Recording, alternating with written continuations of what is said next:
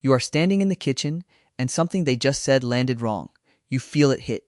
A small drop in your chest, like a floor giving way under one foot. And they are looking at you now, waiting. Say something. Anything. The words are right there, you can almost see them lined up. But your mouth will not open. Your face goes flat. And they read that flat face as coldness, and they say the thing that stings the most. So you are just going to shut me out. And inside, you are screaming. Outside, there is nothing. Nothing comes.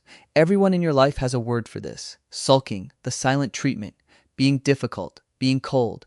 And if you are honest, you have probably used those same words on yourself, late at night, wondering what is wrong with you.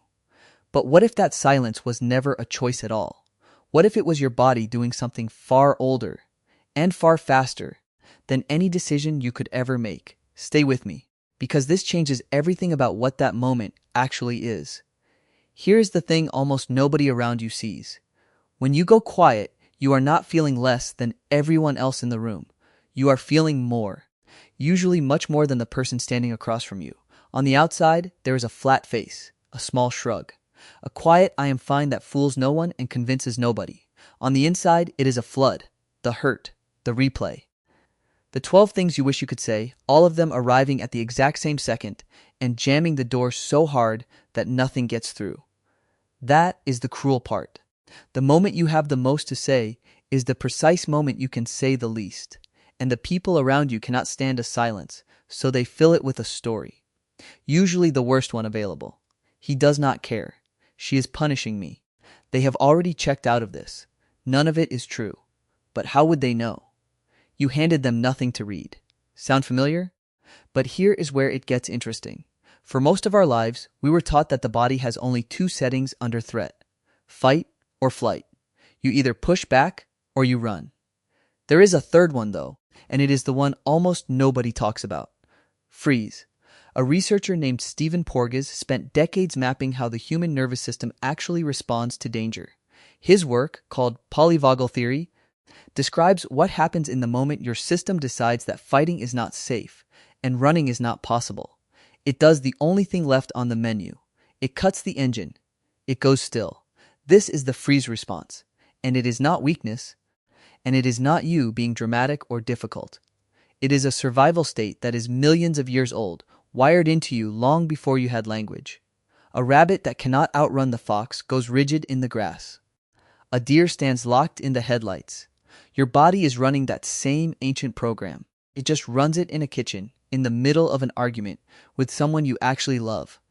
Think of it like the fuse box in a house. When too much current hits the wires at once, a breaker trips and the whole room goes dark. Not because the house is broken, because a breaker did exactly the job it was built to do. It cut the power before something caught fire. That is what is happening behind your still face. The emotional current spiked past what your system could safely carry, and a breaker tripped. The lights went out. And now you are standing in the dark, hands out, unable to find the switch, while someone in the doorway demands to know why you turned everything off. You did not turn it off, it tripped. And if you have ever wondered why the right words only come back later, this is exactly why. When you are frozen, it is not only that you go silent, your thinking slows down too. There is a kind of fog. Your body pulls its resources inward, towards survival, and away from the parts of the brain that reach for words and make fast sense of things. So in the moment, you genuinely cannot get to what you feel. It is not there to grab. And then, an hour later, you are alone in the car or standing in the shower, and all of it comes back at once. Every word you wanted, the perfect sentence, the exact thing you needed to say. Clear and sharp and complete. And completely useless, because the moment is long gone and the person is not there to hear it. If that has happened to you 1,000 times, you are not slow, and you are not bad at conflict. You were simply frozen, and a freeze takes time to melt. There is even a fourth response people rarely name, sitting right beside freeze: fawn, where instead of going still, you rush in to smooth everything over, to apologize for being hurt, to make the other person comfortable again as fast as you can. A lot of people who freeze also fawn. Both come from the same buried place. A body that decided, a long time ago, that your real feelings were the dangerous thing in the room. And this is where it gets personal. Because the freeze response is not random, and it is not a factory setting everyone shares equally. It gets trained into you. So ask yourself something honest. The first few times you tried to speak up as a kid, when you were hurt, what actually happened next? For a lot of people who go quiet, the answer is not a good one. Maybe your words got you laughed at. Maybe they got you dismissed. You are too sensitive. Stop crying. It is not a big deal. Maybe speaking up when you were hurt only made the room louder, angrier, more dangerous than before. So your nervous system, which is quietly brilliant and always watching, ran the math. It learned a rule and it never told you it was doing it. When I am hurt and I speak, things get worse. When I go still and disappear, I survive. And it filed that rule away, deep under the heading of safety. Now you are an adult. You are standing in a relationship with someone who genuinely wants to hear you. Someone safe. And the second the hurt lands, that old childhood rule fires off before your grown-up mind has even woken up to say, wait, this person is different. Your body reaches out to protect you from a danger that ended 20 years ago. That is the quiet tragedy sitting under all of this. You are not actually shutting out the person in front of you.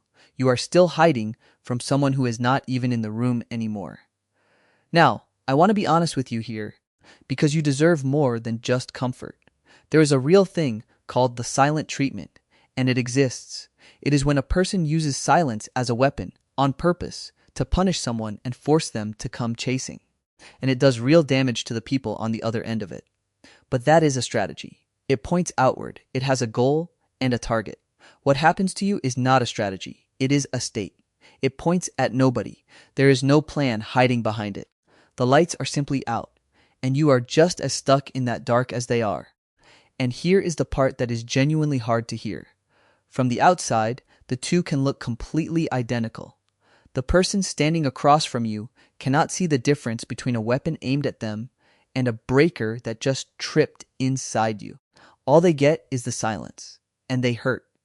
So this is not a free pass. Understanding your freeze is not the finish line.